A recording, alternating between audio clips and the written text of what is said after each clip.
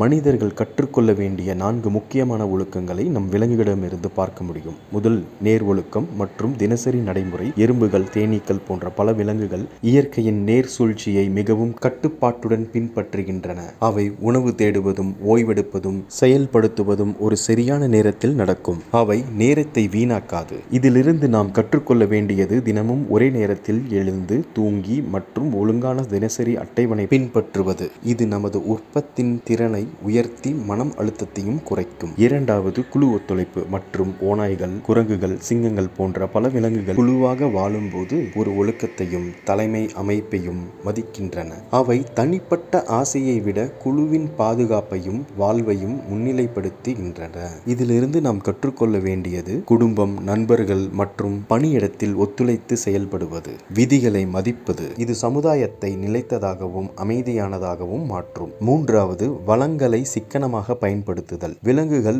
உயிர் வாழ தேவையான அளவு மட்டுமே இயற்கையில் இருந்து எடுத்துக்கொள்கின்றன. அவை சூழலை அழிக்காமல் அதற்கேற்ற தங்களை மாற்றிக்கொள்கின்றன. இதிலிருந்து நாம் கற்றுக்கொள்ள வேண்டியது சிக்கன வாழ்க்கை, தேவையற்ற வீணாக்காததை தவிர்த்து சுற்றுச்சூழலை பாதுகாப்பது.